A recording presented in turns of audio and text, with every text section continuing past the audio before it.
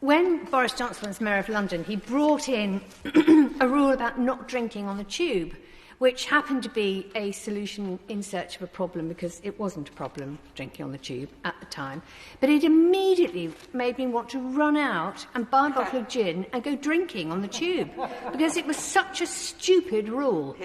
And it's a little bit like this whole... I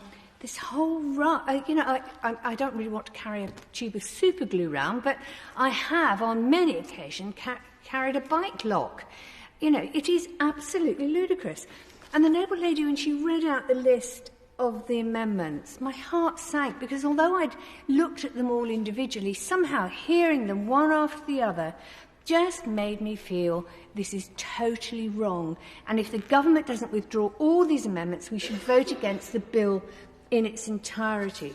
The noble lady minister also talked about the protesters and about whatever their cause.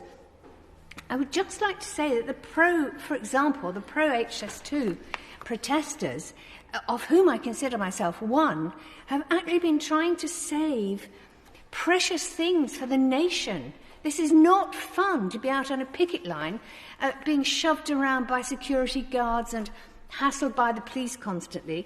And some of these people, I was standing next to one man on a picket line, and he said, I retired last year and I thought I'd be bird watching, but here I am holding a placard. That's the sort of people who've been protesting about HS2. And they've been trying to save precious ecosystems for the nation, for all of us. And they've tried to prevent the chopping down of ancient woodlands. And we really cannot dismiss these people as troublemakers and deserving of all these amendments. Now, I do admire the noble Lord Paddock's attempts to improve this, but I'm afraid it's a hopeless case. And quite honestly, I would argue that the government are very quick to talk about the views of the public and what the public wants, perhaps from a few clips on TV and perhaps from a few emails.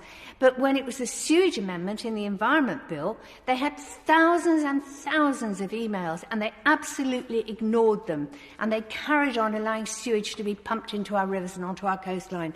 So please don't tell me the public wants this. The public didn't want sewage either, but the government ignored that. So please, the government actually picks and chooses to suit itself what it will design legislation around.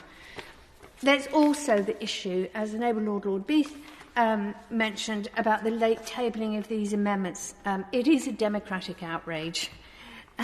They are of such legal significance and such a threat to people's human rights that they should be the subject of a whole bill with public discussion about it, public consultation, human rights declarations, equalities impact assessments. And so, every single MP should be furious that they've been bypassed, because the only scrutiny they're going to get is, if they're lucky, a quick 20 minutes during ping-pong to find out what this is all about. And because they're whipped, they probably won't pay any attention to it anyway.